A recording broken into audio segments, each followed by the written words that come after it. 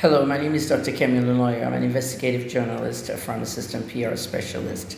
Today is November 25th, 2023.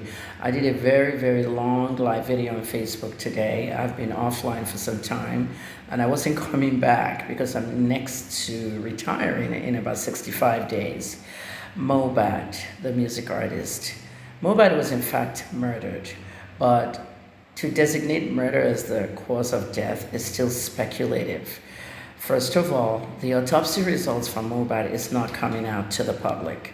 There's one thing about, is autopsy out, is autopsy out? If the family doesn't want it public, it wouldn't be public. And I don't think Joseph Aloba wants his son's autopsy made public because of the ridicule that some people like Iyabo Ojo and Tonto have made on the case. If some of you saw Iyabo twerking and screaming, mocking one of Mohbad's aunties, a lady in a red Bubaniro who was doing a video, Iyabo was twerking and ringing the bell, mocking her, justice for Mohbad, justice for Mohbad. It was just so disrespectful. Now, let me tell you exactly what is in that autopsy. The autopsy leaked to a journalist, and that journalist called a bunch of other journalists together, and we had a meeting on WhatsApp. During the meeting, I got a lot of information, and last week I did a live video on YouTube.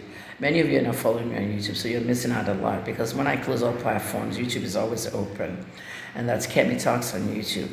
In the video, I just said what I said on Facebook today.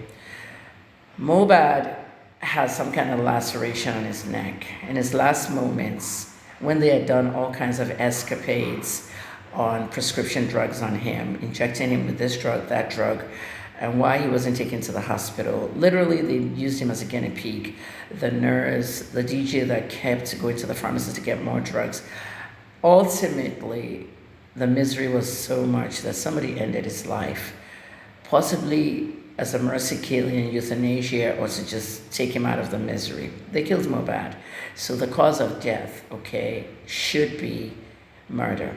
And when you stab somebody in the neck with a sharp object, a laceration to their carotid arteries, it literally deflated their neck, and that's why his neck was bent in that coffin.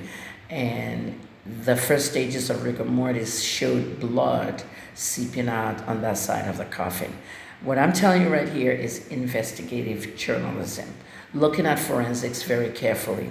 This is what the police is supposed to be doing, the police investigators. Instead, they claim that they sent his toxicology test to America, which is a lie. Nothing was sent to America. And I'm going to challenge the police on that because a forensic team was put together with doctors, with lab tests, with all kinds of people. The team that Sanwo-Olu, the governor of Lagos State, put together. They spent a lot of money on that. And why was the toxicology test that takes 4 to 6 weeks taken to the United States? For what? Mohbad has not even been to the United States. You send his blood and body fluids abroad. We have labs that can do toxicology tests in Nigeria. Lots of labs, many labs, hospital labs, private labs. In Ajah, where I used to live, I would go to WellMed. They can do toxicology in WellMed. UCH, where I'm from, Ibadan, they can do toxicology tests. And we have students in the medical schools who are studying toxicology. What do you mean you sent it abroad? Excuse me? No, you didn't send anything. You can't send blood or body fluids abroad for a test. Between the pathologist's office and Maurice Salam Mohammed, somebody would have switched it or even tampered with it. That's a lie. So the inquest judge must not accept that. That's just a way to shut down information with regards to the stabbing in the neck. They'll say they're going to put a toxicology test together so that they come up with the drugs and the liquids and anything that he consumed. That boy had a cocktail of drugs in his system. And to end it all, someone ended it all. Now, Oriyomi Hamzat, a broadcaster and an activist for justice. You can remember him very famously for several cases, including the Adedoyin and Adegoke case. The Adegoke boy that went to the hotel and they murdered him in the hotel. Chief Adedoyin got the death penalty. Oriyomi has entered the case because Mohbad's father went to him.